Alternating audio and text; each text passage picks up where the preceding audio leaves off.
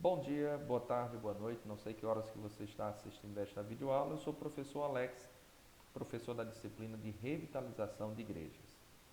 E nesta nossa videoaula, iremos dar continuidade ao que falamos na aula anterior. Aqui nós apresentaremos o, o método em si, certo? As 10 perguntas distribuídas por aquela escala que vimos na aula anterior, certo? E aí, a cada pergunta, nós daremos algumas orientações úteis, certo? Então, vamos lá. Começar pela primeira escala, fundamentos, né? Onde são duas perguntas para ela. A primeira pergunta é: há um grupo de pessoas que se reúne regularmente como igreja local para a vivência cristã, com adoração, oração e leitura da palavra? Para essa pergunta, a resposta deverá ser sim ou não. Essa pergunta ela pretende assegurar que se trata de uma igreja local verdadeiramente. Há grupos que, por exemplo, se reúnem em nome de Cristo, mas não têm marcas de uma igreja cristã, né, como adoração, oração e leitura da palavra. Há também circunstâncias em que os crentes no Senhor, em certa localidade, não se reúnem, seja por questões de segurança, seja por outro motivo, né? Então, a resposta positiva a essa pergunta reconhece a existência de uma igreja local e conduz para a pergunta seguinte, tá certo? Então, nessa primeira pergunta, nós estamos preocupados com se há uma igreja verdadeiramente cristã ali, certo? Onde há os elementos que constituem a natureza da igreja, certo? Como adoração, oração, leitura da palavra. Vamos para a segunda pergunta. Há na igreja uma boa e clara convicção de que os membros são nascidos de novo, arrependidos de seus pecados e salvos em Jesus Cristo? Para essa pergunta, nós temos as seguintes respostas: não, né? Em parte sim, isto é, em alguns, se no caso da sua igreja for uma minoria, certo? Que manifestam essas características em suas vidas, tá certo? Ou sim, a maioria ou todos. Para essa última resposta, né? Caso você marque ela, veja bem, se a maioria manifestar essas características, certo? Não é necessário que exatamente todos manifestem essas características, mas se a maioria manifesta essa característica, então você a marca. A pergunta ela complementa a anterior. Enquanto a primeira tratava especificamente da igreja local, se há aqueles elementos que constituem a natureza da igreja local, essa segunda pergunta trata mais especificamente em relação aos crentes, né, em relação à vida dos crentes. A resposta negativa, né, para essa pergunta, mesmo se positiva na anterior, demonstra que não se trata de uma igreja local, né, mas de um ajuntamento próprio para a evangelização, seja um trabalho novo, seja um grupo nominal mais antigo, certo?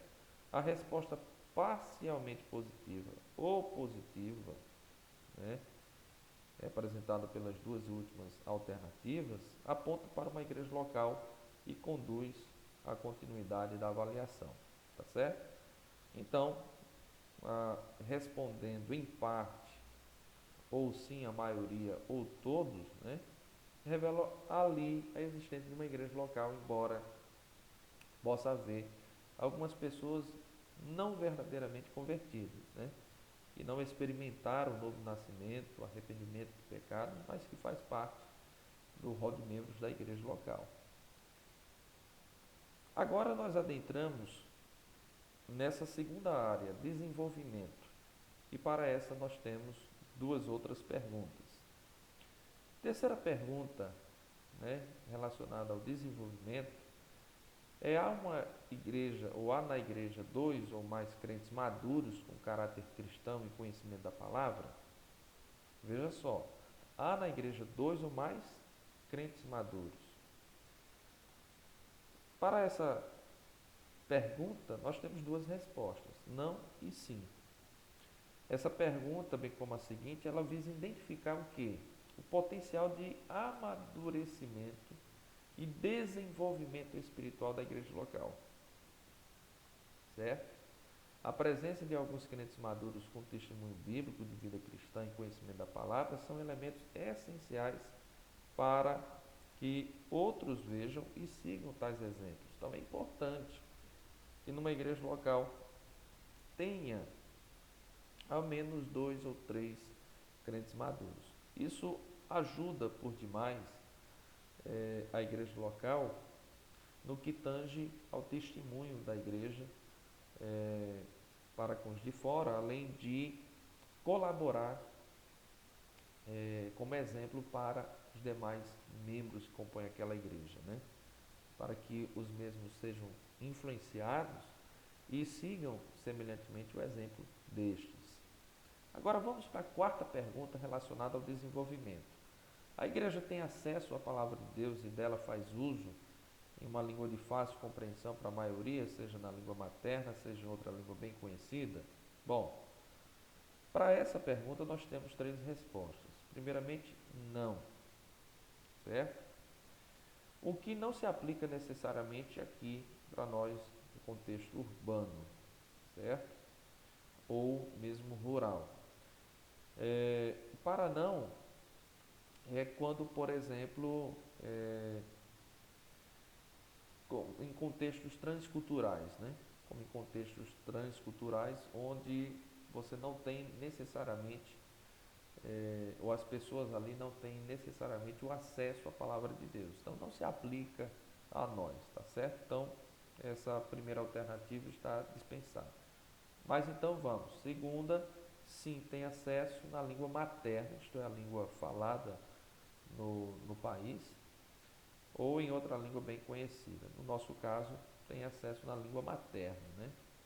E a outra alternativa é sim, tem acesso, porém não usa com regularidade, certo? Então veja só, na alternativa de número 2, sim, tem acesso na língua materna ao que? O acesso à palavra de Deus e faz uso dela. Então ela tem os membros têm acesso à Bíblia Sagrada e faz uso dela, não é apenas se tem acesso à Bíblia, mas não faz uso. Se for o caso, certo? Se for o caso de não fazer uso da Bíblia, então é a alternativa de número 3. Tem acesso, porém não usa com regularidade, certo? Porque afinal de contas, temos ou não temos? Temos. Temos, infelizmente, muitas pessoas que, embora tenham a Bíblia Sagrada acessível a elas, em seu idioma, em sua língua materna, não faz uso dela, né? Não tem o hábito regular de ler as Escrituras, de ler de forma devocional, certo? E aí, nesse caso, sobra-nos a alternativa de número 3, certo? Se todos têm acesso e faz uso da Bíblia, então, alternativa de número 2. Se tem acesso, porém não usa com regularidade, alternativa de número 3. Tá certo? Essa pergunta ela contempla a anterior, né, relacionada aos membros, pois o acesso à palavra de Deus na própria língua ou em língua de fácil compreensão para a maioria é fundamental para o desenvolvimento da fé e da vida cristã de uma igreja local. Lembrando que a alternativa 2 ou 3 que você for marcar é para a maioria. Se a maioria das pessoas elas têm acesso e faz uso da Bíblia Sagrada, então é a alternativa 2, essa é a maioria, tá certo? Porque aqui pode alguém de repente perguntar, mas pastor, não fala exatamente se é a maioria ou se é a minoria. Então já vou explicando de antemão, se é a maioria. Então se a maioria tem acesso à Bíblia e faz uso da Bíblia, então você marca a alternativa 2. Se a maioria da igreja local ela tem acesso, porém não faz uso dela, né, com regularidade, então você registra a alternativa de número 3, tá certo? É importante apenas lembrar que a presente questão, né, visa identificar se a igreja local, além de ter acesso às escrituras, faz bom uso delas com regularidade, como para fins devocionais, como para a adoração a Deus, tá ok? Vamos agora à edificação. Para a edificação nós temos 3 questões, tá certo? A, vamos lá, a nossa primeira, que é de número 5. Há na igreja um ensino bíblico que seja regular e teologicamente fiel? Para essa pergunta nós temos 3 respostas. Não, em parte sim, certo? Ou sim. A subjetividade dessa pergunta poderá gerar uma barreira para uma resposta adequada. Portanto, demanda mais reflexão. Considere regular, tá certo? Considere a palavra regular o ensino bíblico aplicado em pelo menos 50% dos encontros públicos da igreja local, tá certo? Considere também a palavra fiel o ensino que se baseia nas escrituras, explicando suas verdades e orientações ao povo de Deus, distinguindo dos ensinos centrados em orientações puramente humanas, conforme falamos em videoaulas anteriores, e práticas normalmente definidas pelo sucesso ou pela tradição. Os pressupostos bíblicos apresentados nesse texto poderão servir de orientação para o que deve ser considerado teologicamente fiel. Então, por exemplo, há um ensino bíblico regular, isto regularmente, em mais de 50% das reuniões daquela igreja, há um ensino bíblico, né, se preza pelo ensino bíblico naquela igreja, e teologicamente fiel, ou seja, a exposição, né, das escrituras, explicando as suas verdades e aplicando a vida de seus membros. Na sexta questão, a igreja experimenta uma vida saudável, priorizando a oração, a comunhão, a adoração e o discipulado? Aí vamos lá. A resposta não, temos como alternativa, seguido de em parte sim, mais a oração, né? Em parte sim, mais a comunhão, em parte sim, mais a adoração, em parte sim, mais o discipulado e sim, certo?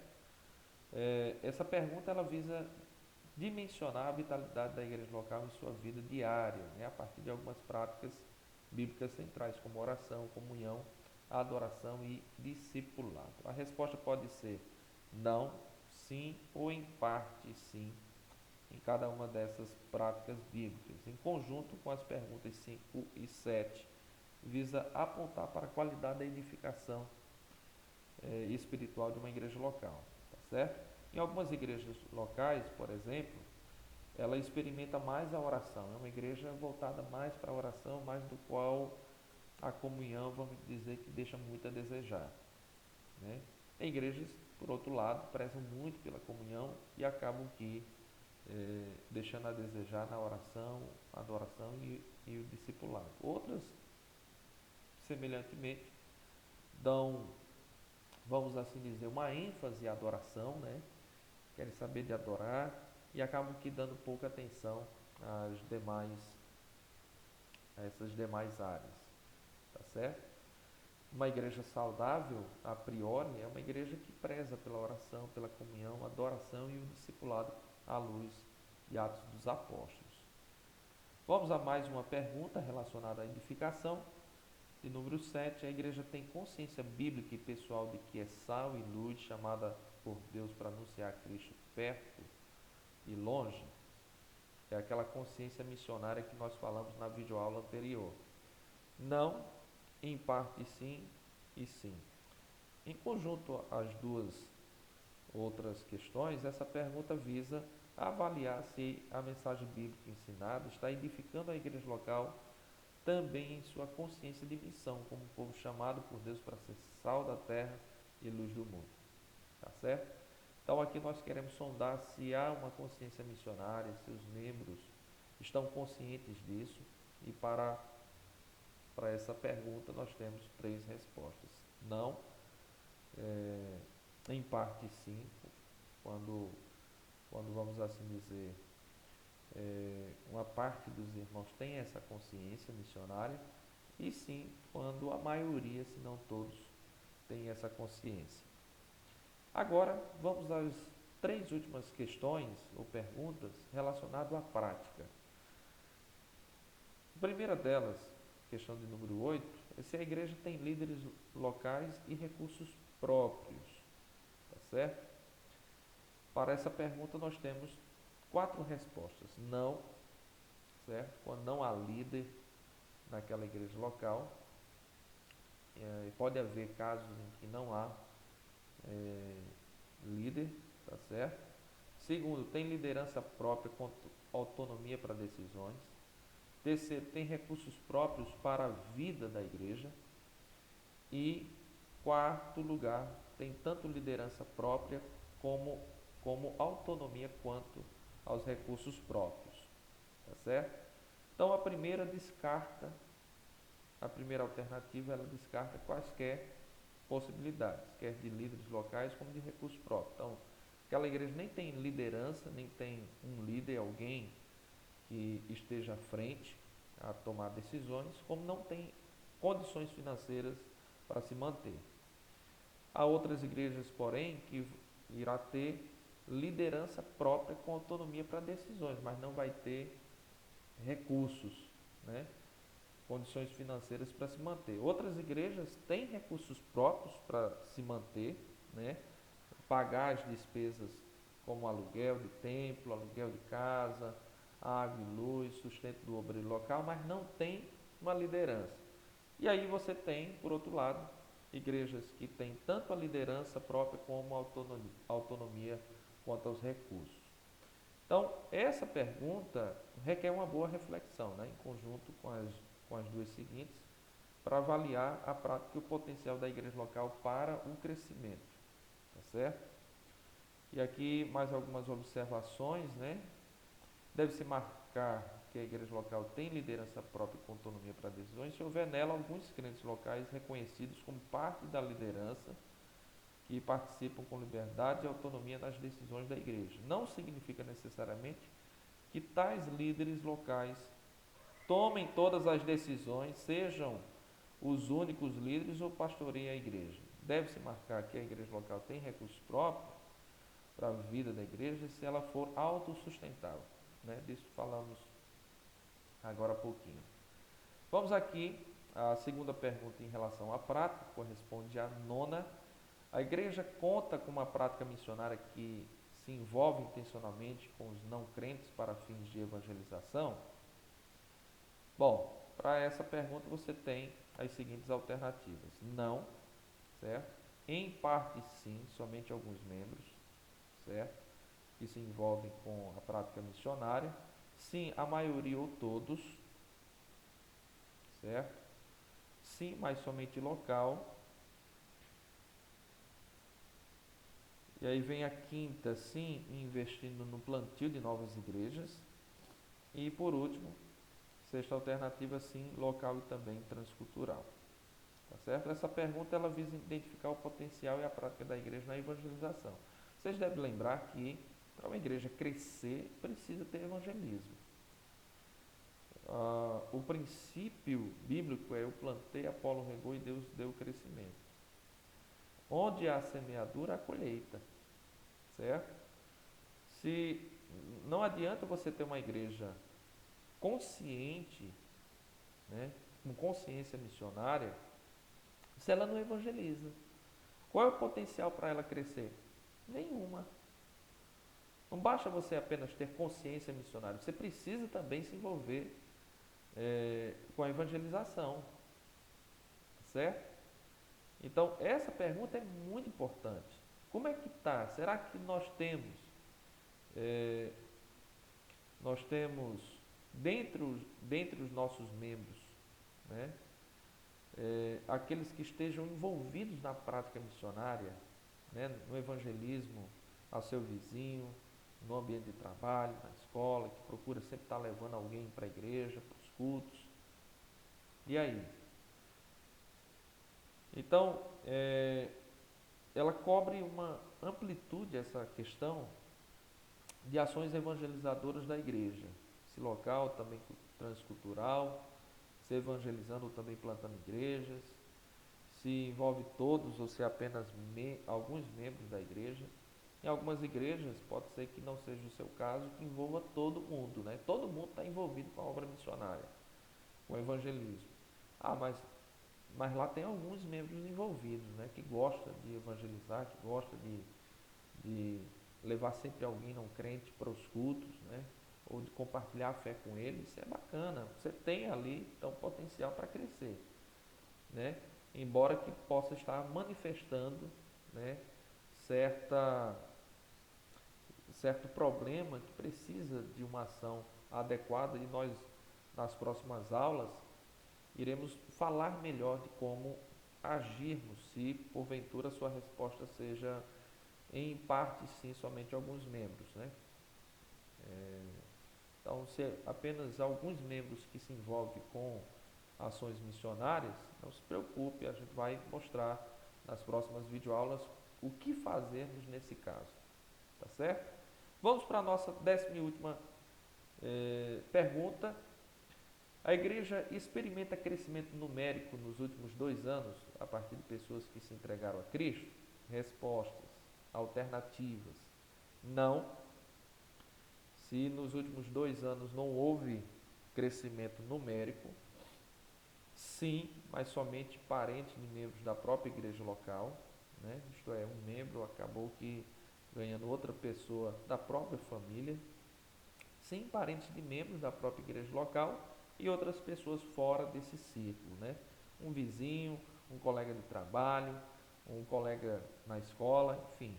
Essa última pergunta ela visa observar o crescimento da igreja, né, a partir da ação salvadora de Deus. Tem também por objetivo verificar se o crescimento se dá em um círculo doméstico, certo? Na própria família, ou se vai além disso. Em conjunto com as duas perguntas anteriores, pretende avaliar o potencial de crescimento de uma igreja local.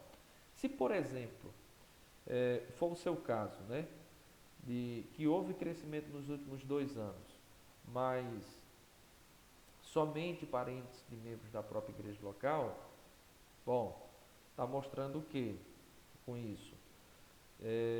Que a igreja precisa se voltar para pessoas fora desse círculo, né? Está havendo uma priorização aos da família em detrimento com os que não fazem parte desse círculo, tá certo? E aí talvez precisemos de um redirecionamento, certo? Ou que se mantenha nessa prática regular de evangelizar os da família, mas sem se esquecer com os que não fazem parte desse círculo familiar, tá certo? Bom, essa então foi a nossa aula e já lhe convido para a nossa próxima videoaula que tratará mais especificamente sobre avaliação, certo? Sobre como analisarmos, né, melhor esses resultados dessas perguntas, tá bom? Nós apresentamos aqui o método de avaliação e iremos, junto a isso, fazermos também a análise das respostas obtidas. Vocês que estão com a apostila, já aproveito para que vocês façam esse exercício, certo? Aproveite essa aula para, na apostila, responder esse questionário, tá bom? Como uma espécie de, de prática, né? Faça isso, faça esse exercício, tá certo? Porque aí na nossa próxima videoaula, quando estaremos fazendo análise desse método de avaliação e das respostas obtidas, para você será muito útil, você vai perceber como é que funciona na prática, para que você possa estar fazendo de forma excelente. Então, tchau, até a nossa próxima aula, se Deus quiser.